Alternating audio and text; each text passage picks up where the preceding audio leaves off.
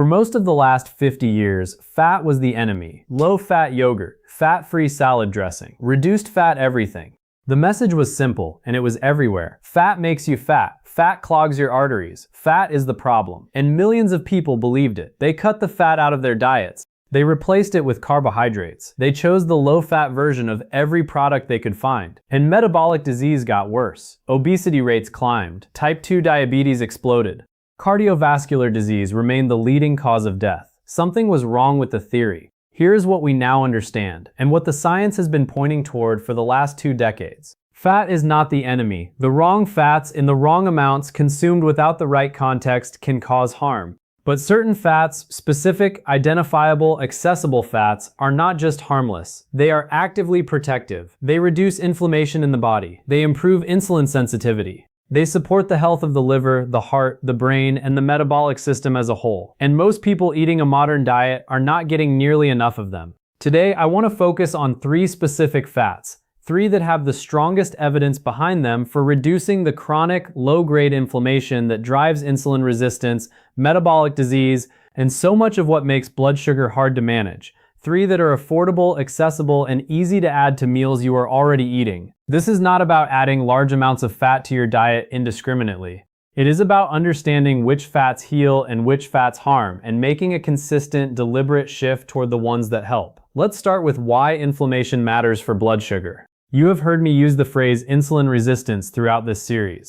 And you know that insulin resistance means the cells of your body have become less responsive to insulin signal. The key no longer turns the lock as smoothly as it should. But what causes that to happen at a biological level? One of the primary drivers is chronic low-grade inflammation. Inflammation in the healthy sense is your immune system's response to injury or infection. You cut your finger, inflammation rushes to the site, damaged tissue is cleared, healing begins. Acute inflammation is essential and protective. But chronic inflammation is different. It is a slow, constant, systemic state of low-level immune activation. It does not have a visible wound. It does not produce a fever or obvious symptoms. It burns quietly in the background, day after day, year after year. And one of the things it does, through a cascade of molecular signals too detailed to cover completely today, is interfere with insulin's ability to communicate with cells. Inflammatory molecules essentially jam the insulin signal. They make the lock harder to turn. They are one of the central mechanisms through which years of poor diet, chronic stress, poor sleep, and inactivity accumulate into insulin resistance. Reducing chronic inflammation, therefore, is one of the most powerful levers available for improving insulin sensitivity and blood sugar management. And certain fats are among the most potent anti-inflammatory compounds that exist in food. The first fat is olive oil. Extra virgin olive oil, specifically. Extra virgin olive oil is the fat most consistently associated with reduced inflammation, improved metabolic health, and longevity in the scientific literature. Its reputation is well-deserved, and the mechanisms behind it are now well understood. Olive oil is composed primarily of a type of monounsaturated fat called oleic acid. Oleic acid has been shown to reduce the activity of inflammatory pathways in the body. Specifically, it suppresses the activity of a molecule called NF-κB, which functions as one of the master switches of the inflammatory response. When NF-κB is activated, it turns on dozens of genes that produce inflammatory compounds. Oleic acid helps keep that switch in the off position, but extra virgin olive oil contains more than just oleic acid. It contains over 30 different polyphenols, plant compounds with antioxidant and anti-inflammatory properties. The most studied of these is a compound called oleocanthal. Oleocanthal is remarkable because it inhibits the same inflammatory enzymes COX-1 and COX-2 as ibuprofen. It works through the same biological pathway as a common anti-inflammatory medication. The difference is that you get it from food at levels that are safe and sustainable over a lifetime without the side effects of pharmaceutical doses. This is why genuine extra virgin olive oil has a slight peppery, almost stinging sensation at the back of the throat when you swallow it. That sensation is the oleocanthal. It is a marker of quality and potency. If an olive oil you are using has no such sensation, it either contains very little oleocanthal or has been diluted or adulterated, which, unfortunately, is common in commercial olive oil markets. What does extra virgin olive oil do for blood sugar specifically? Multiple clinical studies have demonstrated that diets high in extra virgin olive oil improve insulin sensitivity. A large clinical trial called the Predimed study, one of the largest nutritional intervention trials ever conducted, found that a Mediterranean diet enriched with extra virgin olive oil significantly reduced the incidence of type 2 diabetes compared to a low-fat control diet. Participants consuming the most extra virgin olive oil had substantially lower risk of developing diabetes and cardiovascular disease over the study period. The effect on post-meal blood sugar is also directly measurable. Adding olive oil to a carbohydrate-containing meal slows gastric emptying and reduces the glycemic impact of that meal. This is the same mechanism we discussed with protein and fat in the post-meal fatigue video. The olive oil physically slows how fast glucose enters the bloodstream from the accompanying food. How do you use it? Drizzle it on vegetables before roasting. Use it as your cooking oil for eggs, sautéed greens, and soups. Make it your default salad dressing base, olive oil and lemon juice with a pinch of salt and herbs. Add a tablespoon to your lentil soup or chickpea bowl. Use it generously, not sparingly. 2 to 4 tablespoons per day is the amount associated with meaningful health benefit in the research. One critical note, not all olive oil is created equal. The label extra virgin is meaningful but unfortunately not always enforced. Look for olive oil that displays a harvest date, ideally within the last 12 to 18 months, a specific country or region of origin, and ideally an independent certification seal. Dark glass bottles are preferable because light degrades the polyphenols. And remember, that peppery finish at the back of your throat is a sign of quality. The second fat is the omega-3 fatty acids found in fatty fish. Omega-3 fatty acids, specifically the long-chain forms called EPA and DHA, are among the most extensively studied anti-inflammatory compounds in nutritional science, and the evidence for their role in reducing the type of chronic inflammation that drives insulin resistance is substantial and consistent. Here is the mechanism. Your body uses fats to build the membranes of every cell. The type of fat incorporated into cell membranes affects how flexible and responsive those membranes are. Omega-3 fatty acids, EPA and DHA, make cell membranes more fluid and flexible, and more flexible cell membranes respond better to insulin's signal. Think of the cell membrane as the wall of the lock we've been using throughout this series. A stiff, inflexible lock is harder to open. A well-oiled, flexible lock responds smoothly to the key. Omega-3 fatty acids are part of what keeps the lock well-oiled. Beyond cell membrane composition, EPA and DHA are directly converted by the body into compounds called resolvins and protectins, molecules that actively resolve inflammation. They do not just reduce the production of inflammatory signals, they help bring ongoing inflammation to an end. They are, in the most literal biochemical sense, anti-inflammatory molecules. The research on omega-3s and insulin resistance is extensive. A meta-analysis published in Diabetes Care found that omega-3 supplementation significantly reduced fasting insulin levels and improved insulin sensitivity, particularly in people who were overweight or who had existing metabolic conditions. Studies have also found that people with higher omega-3 levels in their blood have lower levels of inflammatory markers, C-reactive protein, interleukin-6, and tumor necrosis factor, all of which are associated with worse insulin resistance. Where do you get EPA and DHA? The best sources by far are fatty fish, salmon, mackerel, sardines, herring, and anchovies. These fish contain EPA and DHA in high concentrations and in a form that the body absorbs efficiently. Among these, sardines deserve particular mention because they are often overlooked. Sardines are extraordinarily rich in EPA and DHA. A single small can of sardines packed in water or olive oil contains roughly 1,000 to 2,000 milligrams of combined EPA and DHA, which is at or above the amount used in many of the intervention studies showing metabolic benefit.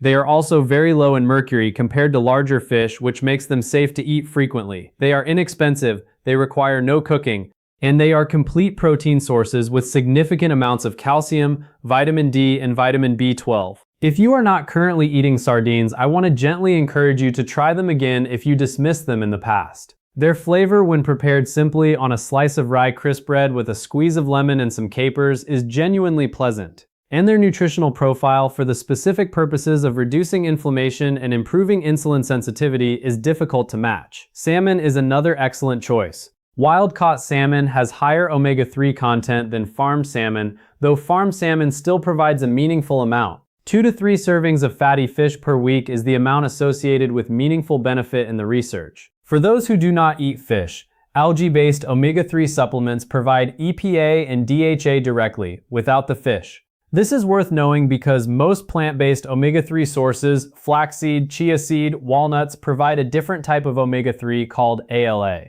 The body can convert ALA to EPA and DHA, but the conversion is inefficient, typically only 5 to 15%. If you are not eating fish, an algae-based omega-3 supplement is worth discussing with your doctor. How do you add more fatty fish to your meals? Canned sardines or mackerel in a salad at lunch. Salmon baked with herbs and olive oil for dinner. Sardines on rye crisp bread as a midday snack. A smoked salmon and egg breakfast 2 or 3 mornings per week. These are not exotic preparations. They are simple, quick, and genuinely satisfying. The third fat is the fat found in avocados and raw nuts, monounsaturated and polyunsaturated fats from whole plant sources. We have mentioned avocados and nuts throughout this series in various contexts, but their anti-inflammatory properties deserve dedicated attention today because they work through mechanisms that complement those of olive oil and omega-3s rather than duplicating them. Avocados are rich in oleic acid, the same monounsaturated fat found in olive oil, as well as a unique compound called beta-sitosterol, a plant sterol that has been shown to reduce inflammatory markers in the bloodstream. Avocados also contain significant amounts of magnesium, which is worth highlighting separately.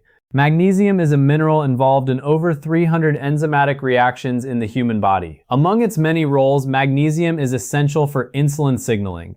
The insulin receptor, the protein on the surface of cells that binds to insulin and initiates the glucose uptake process, requires magnesium to function properly. Multiple studies have found that people with type 2 diabetes and prediabetes have significantly lower magnesium levels than people with healthy glucose metabolism.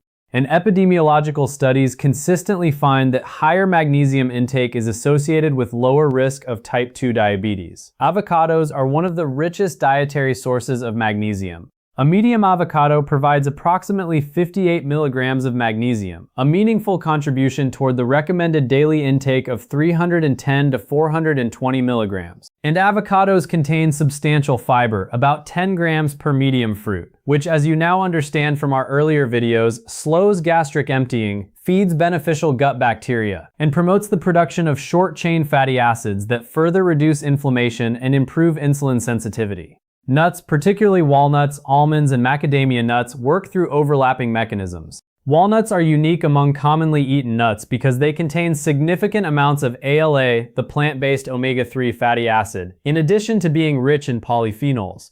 A study published in Diabetes, Obesity, and Metabolism found that regular walnut consumption was associated with reduced fasting insulin levels and improved markers of cardiovascular inflammation in adults with type 2 diabetes. Almonds are particularly rich in vitamin E, a fat-soluble antioxidant that protects cell membranes from oxidative damage. Oxidative damage and inflammation are closely linked. Oxidative stress produces inflammatory signals, and inflammation generates more oxidative stress. Vitamin E from almonds helps interrupt this cycle. Macadamia nuts have the highest concentration of monounsaturated fat of any nut, higher even than olive oil by percentage, and have been associated with reductions in inflammatory markers in several studies. The practical implication is simple. A small handful of raw or dry roasted nuts, approximately 1 ounce, which is about 23 almonds or 14 walnut halves or 10 to 12 macadamia nuts, eaten daily, provides a meaningful anti-inflammatory input that accumulates over time. The word raw or dry roasted matters here because nuts roasted in seed oils, the highly processed oils like soybean oil, corn oil, or sunflower oil, have a very different inflammatory profile than the nuts themselves. The oils used for roasting many commercial nut products are high in omega-6 fatty acids, which in excess are pro-inflammatory. Read the ingredient list. Almonds should contain 1 ingredient, almonds, not almonds and sunflower oil. Now let me address something that may be in the back of your mind. Olive oil is calorie dense, avocados are calorie dense, nuts are calorie dense. These are high-fat foods, and we have been conditioned for decades to associate high-fat foods with weight gain. Here is what the research actually shows. People who eat diets rich in these specific fats, the Mediterranean dietary pattern being the best studied example, do not gain more weight than people who eat low-fat diets. In several studies, they lose more weight or maintain weight more easily because these fats are deeply satiating. They reduce hunger. They prevent the blood sugar swings and insulin crashes that drive between meal cravings. A tablespoon of olive oil on your salad does not cause weight gain. It reduces the blood sugar spike from the meal, promotes satiety, reduces inflammation, and improves insulin sensitivity. The calculus is very different from what we were told for 50 years. The fats that cause harm are the ones we have most often substituted for these healthy fats. Trans fats from partially hydrogenated oils. Now largely banned, but still present in some processed foods. Excessive omega-6 polyunsaturated fats from refined seed oils and saturated fats from processed and ultra-processed sources. The fats that reduce inflammation, oleic acid from olive oil and avocados, EPA and DHA from fatty fish, the complex mixture of fats and antioxidants in raw nuts are genuinely protective when consumed as part of a diet based primarily on whole foods. Let me give you a simple daily framework. In the morning, half an avocado with your eggs, or a tablespoon of almond butter with your yogurt. At lunch, a drizzle of extra virgin olive oil on your salad or soup, a small handful of walnuts or almonds alongside your meal. At dinner, a serving of fatty fish 2 to 3 times per week, olive oil as your cooking fat, sliced avocado on the side if you enjoy it. Every day, in every meal, one of these 3 fats is present, not as an afterthought, as a deliberate, consistent anti-inflammatory input that your body uses to reduce the inflammation that is making everything else harder. Margaret, you may remember her from the evening sugar spike video, made this one of her consistent habits over the 6 months after we worked together on her evening routine. She added olive oil to every meal, began eating sardines twice a week, and kept walnuts at her desk as her default snack. When her blood panel came back at her 6-month follow-up, her C-reactive protein, a key marker of systemic inflammation, had dropped by nearly 40%. Her triglycerides were down. Her HDL, the protective form of cholesterol, had improved, and her fasting glucose continued its downward trend. None of these changes happened in isolation. But she told me that the fat changes felt like the ones that changed the texture of how she felt day to day. Less internal friction, she said. Less of that sense of the body working against itself. That is what reducing chronic inflammation feels like from the inside. Less friction, more ease. Before I close, the reminder that belongs in every video. If you are managing diabetes or any metabolic condition with medication, please do not make significant dietary changes without discussing them with your doctor. The improvements in insulin sensitivity and blood sugar control that these fats can support over time will affect the balance your medication was designed to maintain. That should be monitored carefully. If someone in your life has been avoiding fat for decades, eating low-fat yogurt, skipping the olive oil, avoiding avocados and nuts because they were told fat was the problem, please share this video with them. The science has moved forward, the recommendations have changed, and the people who most need to know that the fats they have been avoiding might be exactly what their metabolism needs are often the ones who have been following the old advice the most carefully. Next week, we are going to talk about the connection between poor sleep and insulin resistance. Why sleeping badly raises your blood sugar the very next morning. Why you wake up craving sugar and carbohydrates after a poor night, and why that is your body's chemistry, not your character. And what you can do starting tonight. It connects everything we have discussed across this entire series. Make sure you do not miss it. Subscribe, hit the bell. I will see you next week. I am Dr. Sterling. Take care of yourself. And add a little olive oil to your next meal. Your cells will notice.